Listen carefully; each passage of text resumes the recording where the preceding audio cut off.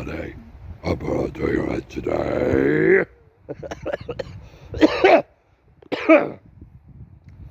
That was my screamo. How's it going, everybody? That's how you say how's it going in Goth. Welcome back to another video. Back up Graham Road. As you can see, I've got the tent up. It's about 11:30. Got here about, Dad dropped me off about, I don't know, about 10 to 11, something like that. Look at it. Van Gogh over 200, aka the Tent of Love. Beautiful. Yeah, back on Graham Road for another wild camp. It's the 10th of October. Nice and sunny now, but it was raining on the way in. And I think that is supposed to be it for today for rainy weather. Hopefully, anyway.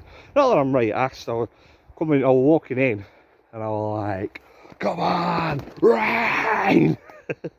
Because I want the challenging weather, biggies and boggies, as we move further into winter.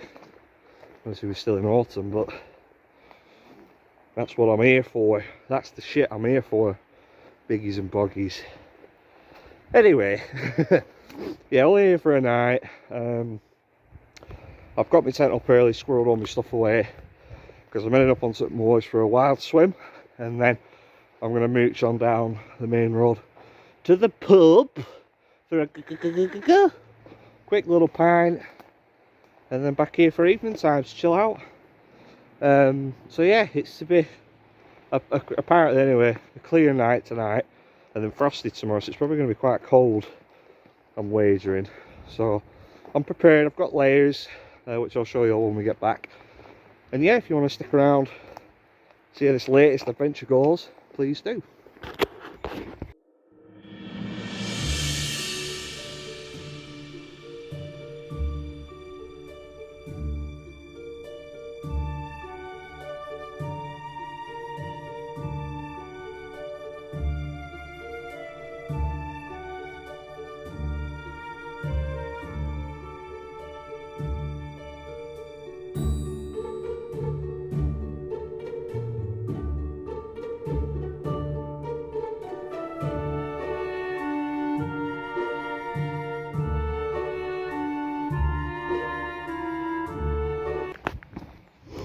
So we're on wild camp number 17 now, 2022. I think we're gonna comfortably breeze past the number 20 mark at this point. But yeah, bigs and bogs, this wild camp, I mean, all wild camps are needed for me, you know, for someone who enjoys their own company and the solitude of nature. But oh my giddy, my first week at my new job, which we'll have a little chat about in a bit. Yeah, much needed this camp, that's all I'm going to say. But for now I'm just going to crack on and get up on St Moors, and yeah, we'll go for a nice little wild swim. So check in with you in a bit.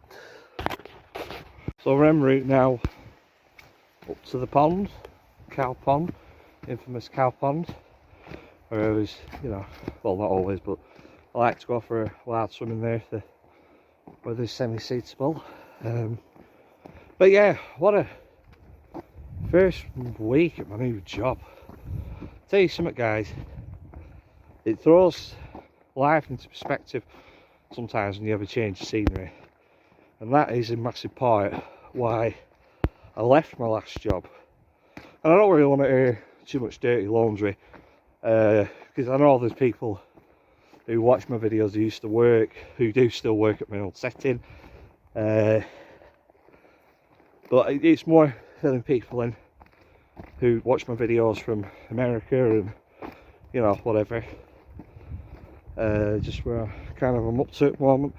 So I used to be an adult support worker at another setting, a leaving care setting. Idea being, you teach these adults who've been in care skills that they're going to need when they transition out of care. And honestly, it were an easy job.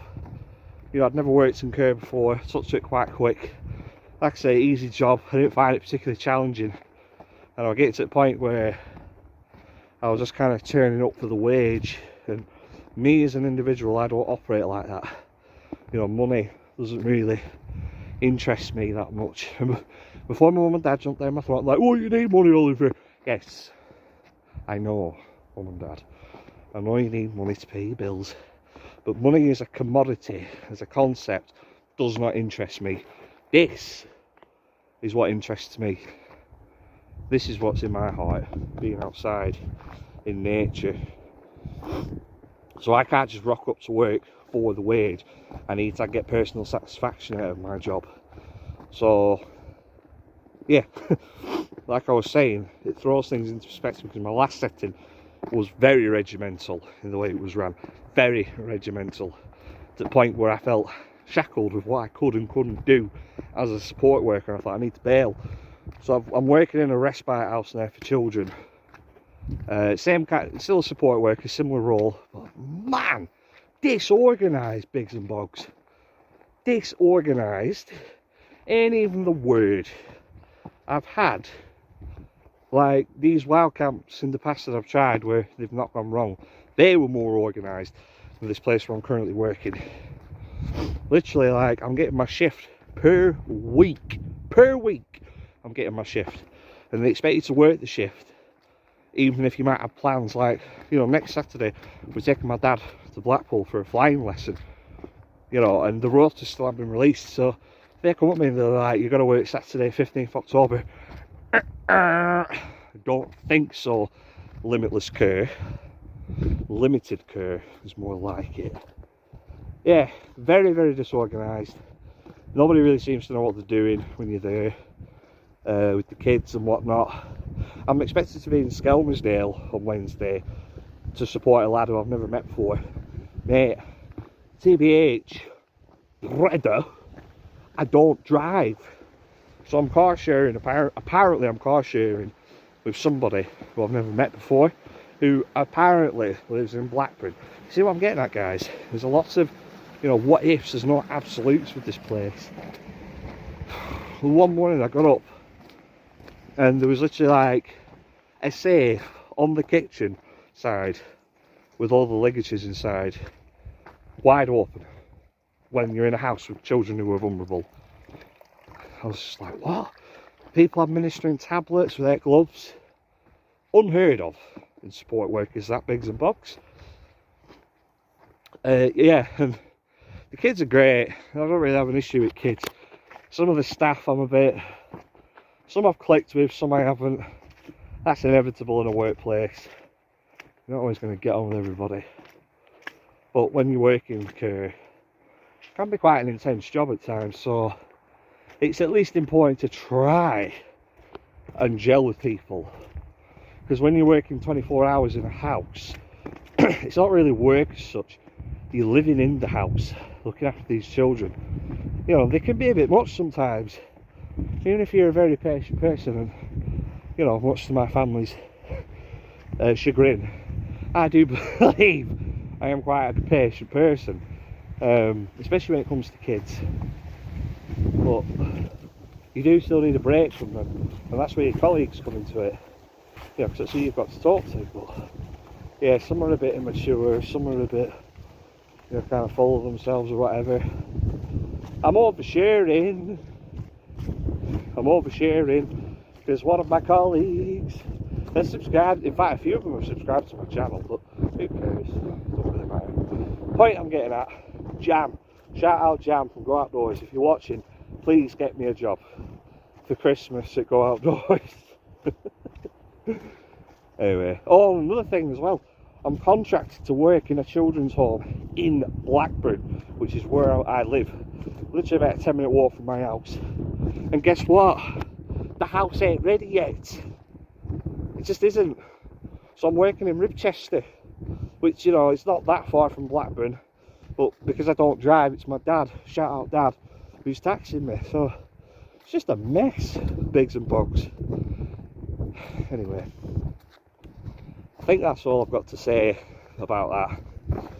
From here on out, the video will be named for positiveness. Positive Oliver vibes. Just making my way up, like I say, onto moors now. Not that far now from the pond. And then it'll be time to strip off, go for a cold dip, because it's dulling over again.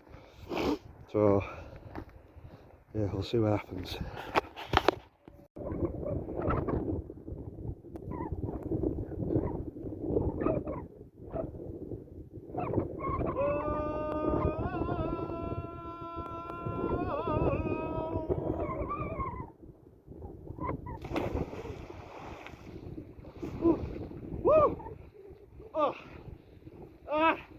Yes! Yes! It worked! Oh.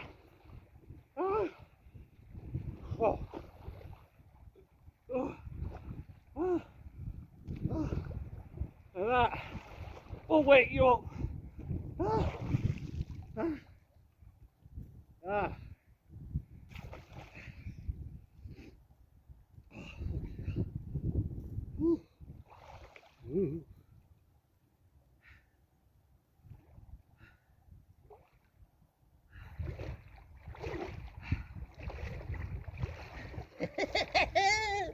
yeah.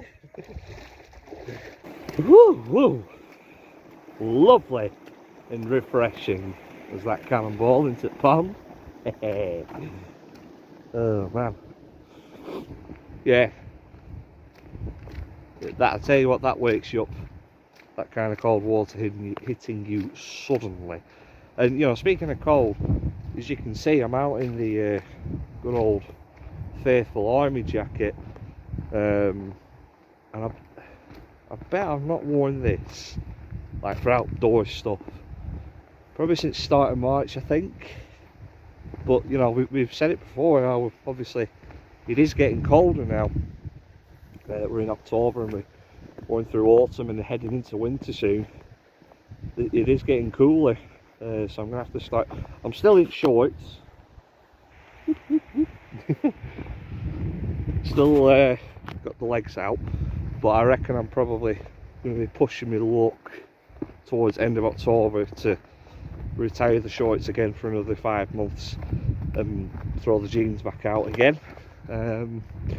But yeah, man, that was a great. I mean, it wasn't the longest wild swim I've ever done. I just jumped off the top of the sod and into the pond, but I originally wanted to go higher, but when I got to the top and I was looking down, I thought, you know, yeah, it'd be a bit lols, it would be funny, but I tell you what else wouldn't be funny, Oliver, broken ankles, mate. So I thought I'll go a bit lower down where I know I can jump a bit further and guarantee at least I'll land in water as opposed to my legs hitting the bottom and possibly, you know, hurting myself, because obviously when you hit water at any sort of height, the velocity gains and you know, you do hit the water with a thud. So yeah, that was wonderful. I love wild swimming, I love it. Like, I could say, oh, wild swimming's changed my life. I think it might have done though, you know, because if I'd have done that 6 months ago, I'd have been shivering, you know, and making a meal out of it. But I think nothing of it now. Any weather's getting into the sea, getting into that pond, you know, going for a little doggy crawl in Lake Windermere. It's great stuff. But anyway, I'm going to head to the main road now. I'm going to shut up for a bit and put my earphones on and make my way to a lovely little country pub that's along the Graham Road, just for a little pint, not too heavy. I might treat myself to a nice portion of chips. We'll see.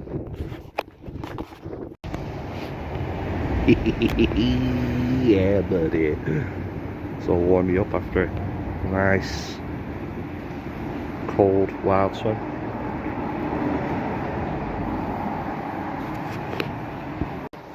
Still at the pub, biggies and boggies, just waiting for Dad to come and drop off some kindle for me, because all the wood, you know, dead fell in the forest on the Graham Road. It's all very damp, so Dad's been to Rochdale and Bury today while I've been out, so I'm going to drop some Kindle off. But look at this lovely little pond here. How cute's that? And there's even some little goldfish.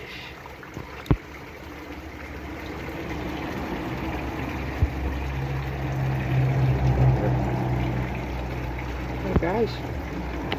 Look at my tent now finally. It's about 5:30. Just take you on a little tent tour.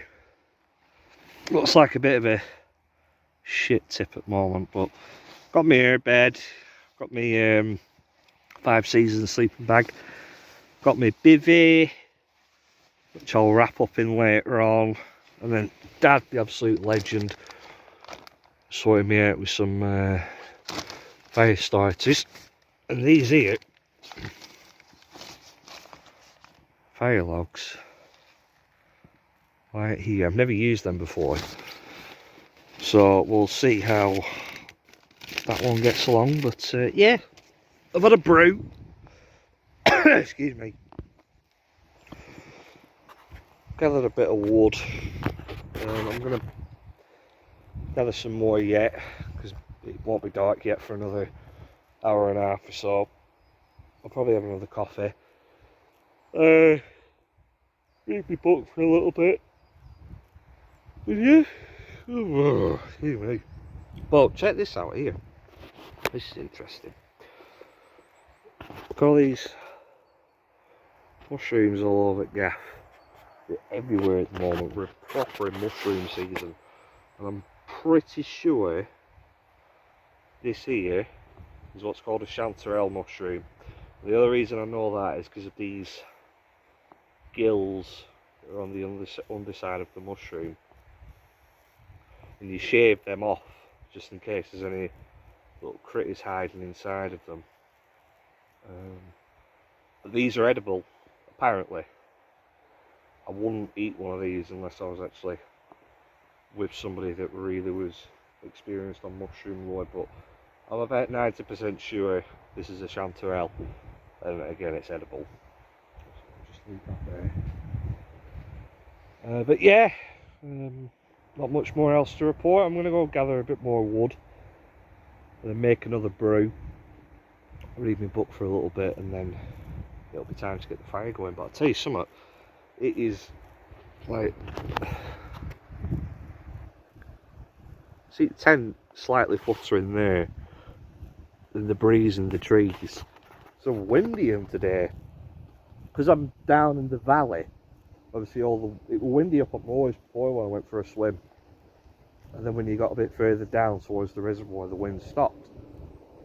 But obviously because I'm in a dip in the valley, the wind is obviously coming down and funneling in here, and ooh, it's quite cold. So I've deployed the Meggins even a bit earlier than I normally would. And yeah, for once the fire will actually, you know, when I get it lit, obviously fires always keep you warm, but it will keep me very warm tonight, hopefully. Anyway, checking with you in a bit. Right, so focus, there you go. About 20 to 7. Official sunset was at 6:25, so they say once it is sunset, it takes about 70 to 100 minutes for it to fully go dark. So by that estimation, be about 20 to 8 when it's fully pitch black in here. And it is getting quite cold. Condensation is coming out of my breath. So on that note, let's get this fire lit. And according to this fire log, you just light here. Let's see what happens. And any time you light plastic, it, you know, usually goes up pretty quick anyway because of what it's made of. Let's see what happens anyway. In fact, them flames are very weak. but I'm guessing this is what it's supposed to do according to packet. I'm going to tend to it anyway and check in with you all in a little bit.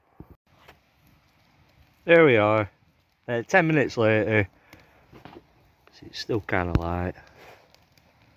She's comfortably going now. Thrown some natural logs on there that I picked up earlier. But you can see, I don't want to get too close because I dropped my phone in the fire. There's the log, and it's obviously condensed heat, slow releasing. And yeah, that's it says on the wrapping that they last about 2 hours, so should keep this fire pit heated for quite some time. So yeah, beautiful, absolutely gorgeous. But yeah, I think on that note, I might wrap it up for today. Just want to be quiet and chill out and get nice and snug in my sleeping bag and enjoy my fire. But yeah, it's been a nice day, and looking forward to the evening, just relaxing in the dark with my fire. So yeah, that's all for today, and see you all in the morning.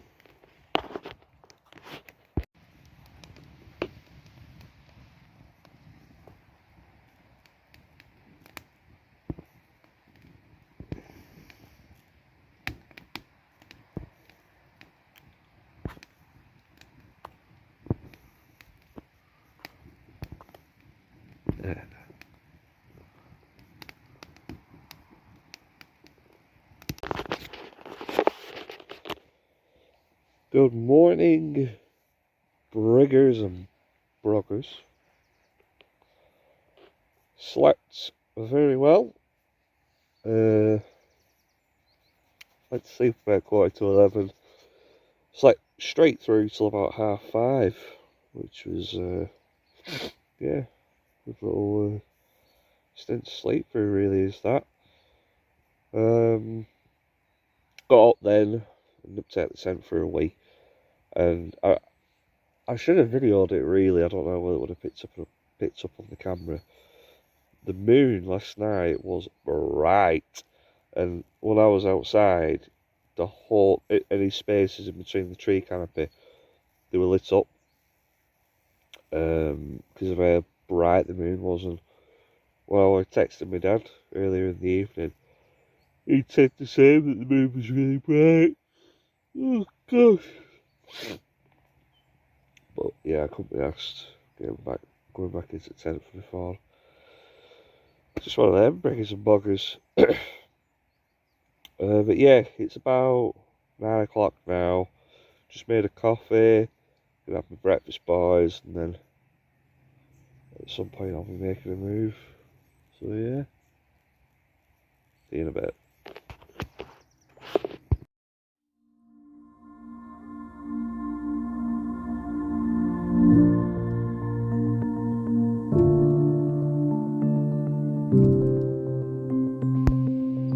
I went to the woods because I wished to live deliberately, to front only the essential facts of life, and see if I could not learn what it had to teach, and not, when I came to die, discover that I had not lived.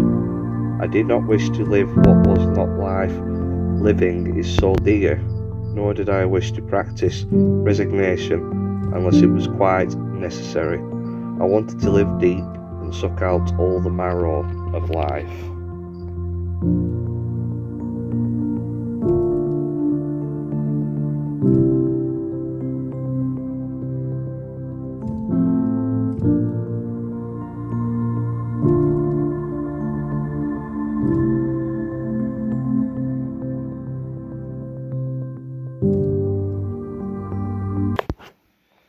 Hey, another one done.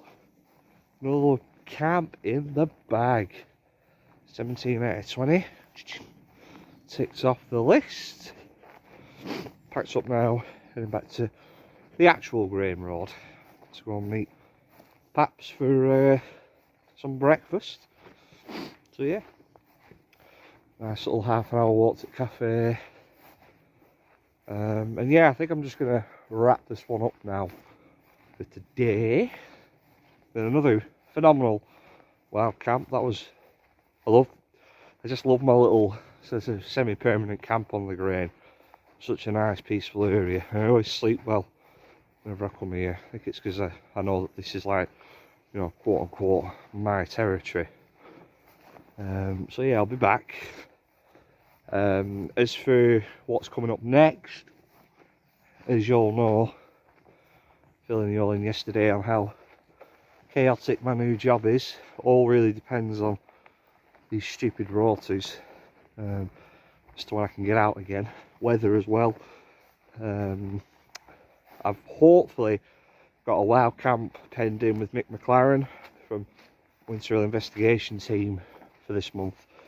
Shout out Mick McLaren, who started wild camping on his own in efforts to try and capture some cryptid action within Lancashire, where we live obviously.